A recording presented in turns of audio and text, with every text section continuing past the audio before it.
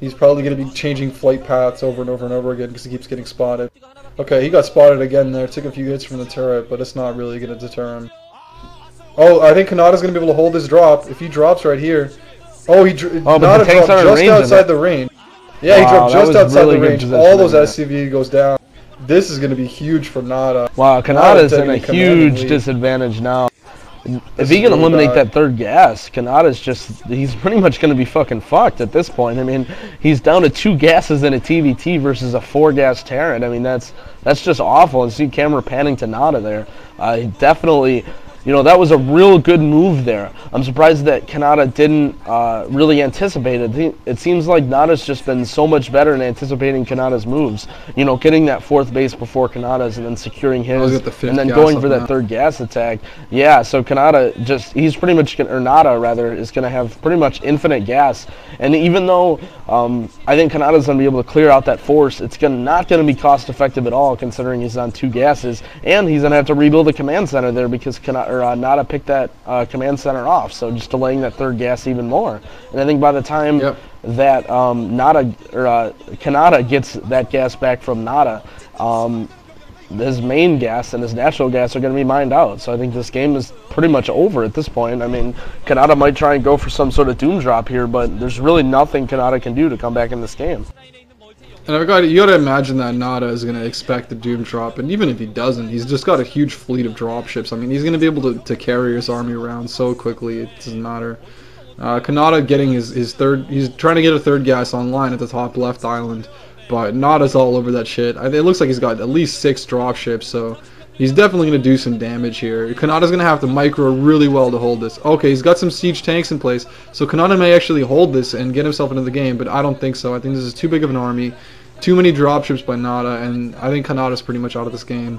I really don't think that Canata expected Nata to be so aggressive considering he was in the lead. I think Canata might have expected Nata to just kind of be content with his 4 to 3 gas advantage and just kind of sit there, but Nata was definitely not happy to just sit with his advantage. He went going on the offensive. Okay, we see a doom drop going on for... Oh, Nata completely ready for it. He's got 3 turrets. This is going to hurt Kanata's already poor dropship count. At least 2 dropships going down already. So this is really bad. Even if he gets some factories here, it's not going to do enough damage. Canata not looking good at all. This game is pretty much over. There's almost nothing he can do. Yeah, you know, that was actually a good drop spot there, and you know, a good attempt from Canata considering he's only on 2 gases at this point, and still, you know, it's probably... It looks like just from, you know, the small view of the minimap that his main and his natural are mined out. So, I mean, he's pretty much done. So, you know, let's see if Canata plays like Frozian and just sits there until all of his buildings and units are eliminated by Wraiths. But Canata still got those 3 siege tanks in there. And I'm surprised Nata actually lost 2 of his factories, which I guess signifies that Nata completely knows that he won this game. But usually... I guess kind of an insight on pro gamers is when you play, especially this high at a level and this intense of a game, you don't, you know, even though you pay attention to it so much, you don't pay attention to it to the point where you realize that you lost. Like, it's really not where Canata, like, oh, I'm just being stubborn, or oh, I think I can win, but he's just so busy doing stuff right now that he can't even comprehend that he's out of the game. Like, he's only has those minerals that are getting killed by those SCVs right now, losing all of his units to the turret, but I mean, he's still probably maintaining a full, confident 300-something APM right now versus Nata. Yeah, absolutely. I mean, anyone who's played, you know, some intense StarCraft game, you can tell that whenever you're in a really intense game, you're always going for broke with every last little bit. It's not just trying to be BM or trying to waste time.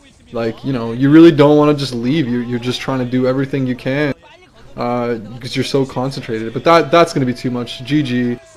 Well played by Nata. I think Canata had a good idea with his contain, and it's a good way to play Terran versus Terran, but I think just not a good map to do it on. I mean, he just spread so thin. I mean, even though he had a complete contain, if you noticed, he had a contain, but Nata was still able to sneak out and secure a 4th gas, even through the contain. I mean, he just could not have tanks covering the entire area. So all those tanks and vultures and mines he planted were basically useless because Nata could just take a 3rd and 4th base right around them.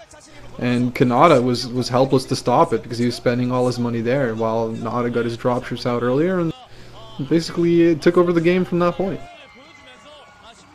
Yeah, I like seeing Nada move out of the group. I mean, a lot of people, had a huge boner to see Savior leave this group, but I mean, this makes me just as happy, if not more happy, to see not only a player, an old school player like Nada moving out, because this group was pretty mediocre. I wouldn't say this wasn't, I wouldn't say this was the best StarCraft players in the MSL, but Nada moving out with a good seed, and he may do well. I mean, he definitely has a shot at winning at least another set, and to see him in the round of 8 is just fantastic, especially in a such a stupid age of Protosses nowadays.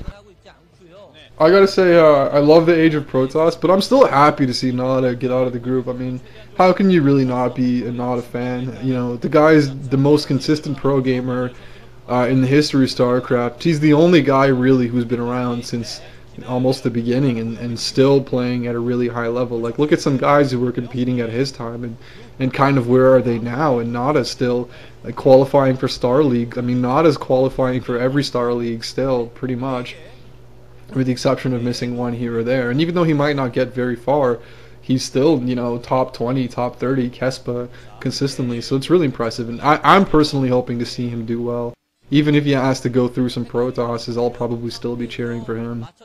And that about wraps it up for me. Any final thoughts for you?